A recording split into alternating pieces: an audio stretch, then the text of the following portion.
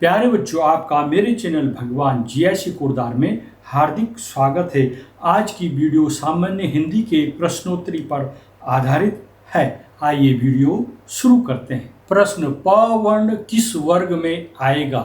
कंठ, दंत्य, ऊष्म, ओष्ठ्य। उत्तर होगा इसका ओष्ठ्य। प्रश्न, आम्र शब्द है तत्सम, तद्भव, देशज और विदेशज इस प्रकार के शब्द होते हैं। तत्सम, तद्भव, देशज या विदेशज। उत्तर है इसका तत्सम। वर्णों के उच्चारण समूह को कहते हैं वर्णमाला, वर्णमाला, वाक्य, काव्य या कोई नहीं। उत्तर है इसमें वर्णमाला। किसी शब्द के पहले जुड़ने वाले शब्दांश को कहते हैं प्रत्यय, उपसर्ग, शब्द या वाक्य। उत्तर है इसका उपसर्ग। पवन का संधि विच्छेद है प प्लस वन, पौ प्लस अन, पौ प्लस न या पाउ प्लस वन। तो इसका है पौ प्लस अन। उत्तर होगा इसका पौ प्लस अन। त वर्ण का उच्चारण स्थान क्या है? जो त वर्ण के अक्षर हैं कहाँ से बोले जाते हैं? कंठ, तालु, दंत या ओष्ठ। उत्तर है इसका दंत। हिंदी में विस्मयादिबोधक चिन्ह लिखा जाता है ए की तरह, विकल्प बी की तरह, विकल्प सी की तरह या विकल्प डी की तरह। उत्तर है इसका विकल्प ए की तरह। ये चिन्ह विस्मयादिबोधक। आस्तिक का विलोम है आजादी, आलोक, नास्तिक या आय। उत्तर है इसका नास्तिक।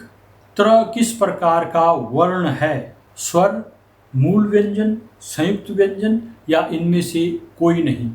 उत्तर होगा इसका संयुक्त व्यंजन। प्रश्न, काला घोड़ा दौड़ा वाक्य में काला शब्द क्या है? संज्ञा शब्द, विशेषण, कारक या क्रिया शब्द। उत्तर है इसका विशेषण। हिंदी वर्णमाला में संयुक्त वर्ण कौन से हैं? विकल्प ए वाले, विकल्प बी वाले या विकल्प सी वाले या विकल्प डी वाले। उत्तर है इसमें विकल्प डी वाले। अक्ष, त्र, ज्ञ और स्र। राघव अपने माता पिता की आंखों का तारा है। मुहावरे का अर्थ है अत्यधिक प्रिय, वाचाल, कमजोर या चंचल। उत्तर है इसका अत्यधिक प्रिय। प्रश्न, पृथ्वी शब्द का पर्यायवाची है, यानी इसके समानार्थक शब्द लिखने हैं। गंगा, संध्या, अवनी, नंदिनी। उत्तर है इसका अवनी। प्रश्न, मेरे दादाजी बनारस में रहते हैं। मेरे शब्द किसका बोध कराता है? संज्ञा का, सर्वनाम का, क्रिया का या विशेषण का? क्योंकि यह संज्ञा के स्थान पर प्रयोग किया गया है मेरे, इसलिए यह सर्वनाम है। कल कल बहता नदिया का नीर। पंक्ति में क्रिया शब्द बताओ। जाता है कल कल, नीर, नदिया या बहता। उत्तर है इसका बहता। बहना क्रिया इसमें। कल घनघोर वर्षा होने की संभावना है। इसमें विशेषण है कल, संभावना, वर्षा या घनघोर। जो संज्ञा शब्द की विशेषता बताता है उसे विशेषण कहते हैं। यहाँ पर वर्षा की विशेषता बता रहा है घनघोर। डी सही है, घनघोर। गुरु शब्द का विलोम है महागुरु, शिक्षक, हल्का या शिष्य। उत्तर है इसका शिष्य। इन फूलों की सुगंध दूर दूर तक फैली है। इसमें सुगंध क्या है? संज्ञा, सर्वनाम, विशेषण या क्रिया विशेषण। इसमें सुगंध है विशेषण। जिस प्रकार बुद्धिमान शब्द का विलोम मूर्ख है, उसी प्रकार रक्षक का विलोम होगा बुद्धिमान का होता है उल्टा मूर्ख। तो ऐसे रक्षा करने वालों का विलोम क्या होगा? कायर, डरपोक, तक्षक या भक्षक। उत्तर है इसका भक्षक। ईद का चांद मुहावरे का अर्थ है ईद पर दिखने वाला चांद, कभी कभी दिखना, बहुत दिनों बाद दिखना या कभी भी दिखाई न देना। उत्तर है इसका बहुत दिनों बाद दिखना। प्रश्न, निम्नलिखित किन शब्दों में अनुस्वार का प्रयोग किया गया है? विकल्प ए के शब्दों में, विकल्प बी के शब्दों में, विकल्प सी के शब्दों में, या विकल्प डी राष्ट्रपति कौमा रिसीवर। उत्तर है इसका विकल्प बी जंगल और सुमंगल। यहाँ बिंदु ऊपर लगा हुआ है वो अनुस्वार का चिन्ह है। किन किन शब्दों में विसर्ग का प्रयोग किया गया है? विसर्ग माने जिसमें दो बिंदु लगे होते हैं अक्षर के बाद, जैसे है प्रातःकाल पितामह, या महाप्राण आदर भाव, या प्राप्तांग कोमा समकक्ष, या ज्योत्सना कोमा सानिध्य। उत्तर है इसका विकल्प ए प्रातःकाल और पितामह। यदि उष्ण का विलोम शीतल है तो रुग्ण का विलोम होगा तरुण, स्वस्थ, लाचार या वृद्ध। उत्तर है इसका स्वस्थ। सभी यात्री तेजी से विमान की ओर दौड़ने लगे। इस वाक्य में सर्वनाम है सभी, विमान, तेजी या दौड़ने। यहाँ पर सर्वनाम है सभी। अनुनासिक शब्द समूह होगा जिसके ऊपर चंद्र बिंदु लगे होंगे, वह समूह अनुनासिक शब्द समूह होगा। चांद भारतवर्ष, या आंख कांच, या संगणक असंयम, या डॉक्टर लॉजिक। इसमें है आंख कांच। विकल्प बी सही है।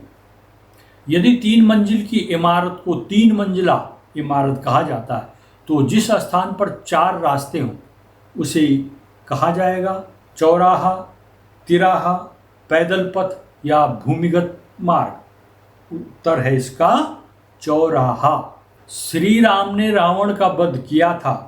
उपरोक्त वाक्य में काल है भूतकाल, वर्तमान काल, भविष्यकाल या संदिग्ध काल। उत्तर है इसका भूतकाल। स्वर के कितने भेद होते हैं? 3, 4, 6 या 2। 3, 4, 6 या 2। उत्तर है इसका 3। सदाचार शब्द का शुद्ध संधि विच्छेद है सत धन अचार, सत धन चार, सदा धन अचार, सत धन आचार। उत्तर है इसका विकल्प डी सत धन आचार। धनी की माँ जल्दी जल्दी चूल्हा फूंक रही थी। इस कथन में क्रिया शब्द है धनी, फूंक रही थी, जल्दी या चूल्हा। उत्तर होगा इसमें फूंक रही थी। रजिया खेलते खेलते गाना गाने लगी। वाक्य में रेखांकित शब्द है जिस शब्द के नीचे रेखा लगा रखी है उसको बताना है आपने। संज्ञा, विशेषण, कारक या अव्यय। क्या है वो? वह है अव्यय। निम्न में से संज्ञा समूह है सेब सुहाना केला वह, सेब केला देहरादून चूहा, चूहा बिल्ली वह तुम, वह चूहा सेब सुहाना। उत्तर है इसमें विकल्प बी सेब, केला, देहरादून और चूहा। हंसी मजाक से दूसरों का मनोरंजन करने वाले को कहते हैं लेखक, चित्रकार, विशेषज्ञ या विदूषक। उत्तर है इसका विदूषक। अमन ने बूढ़ी काकी को नदी पार कराई। उपरोक्त पंक्ति में कारक है ने, को, पार, बूढ़ी या काकी। उत्तर है इसका ने, को। निम्न में से सही वाक्य छांटिए। यहाँ पर ये 4 वाक्य दे रखे हैं, इसमें से एक सही तरह से लिखा गया वाक्य है, वह कौन सा होगा?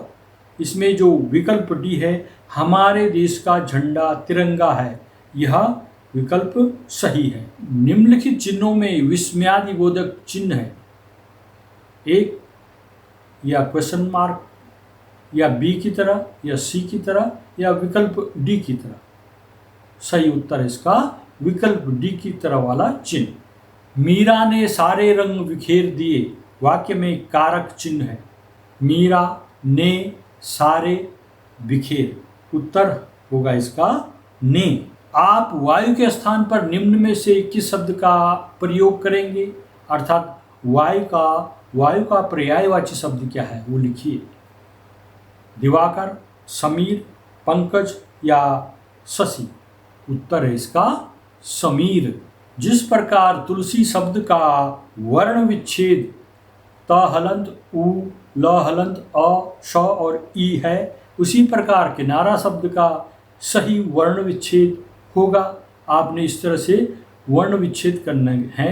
ये विकल्प ए, विकल्प बी विकल्प सी और विकल्प डी, इसमें से कौन सही है ये देखना आपने। यहाँ पर विकल्प सी सही है। जिस प्रकार लोहार शब्द पुल्लिंग है उसी प्रकार तस्वीर शब्द का सही लिंग होगा। स्त्रीलिंग और पुल्लिंग, नपुंसकलिंग, 3 प्रकार के वचन होते हैं, पुल्लिंग, नपुंसकलिंग, स्त्रीलिंग, उपरोक्त सभी। यहाँ पर तस्वीर है स्त्रीलिंग, उत्तर इसका स्त्रीलिंग। अगर आप इस चैनल में नए हैं तो मेरे चैनल को सब्सक्राइब भी कीजिएगा। धन्यवाद।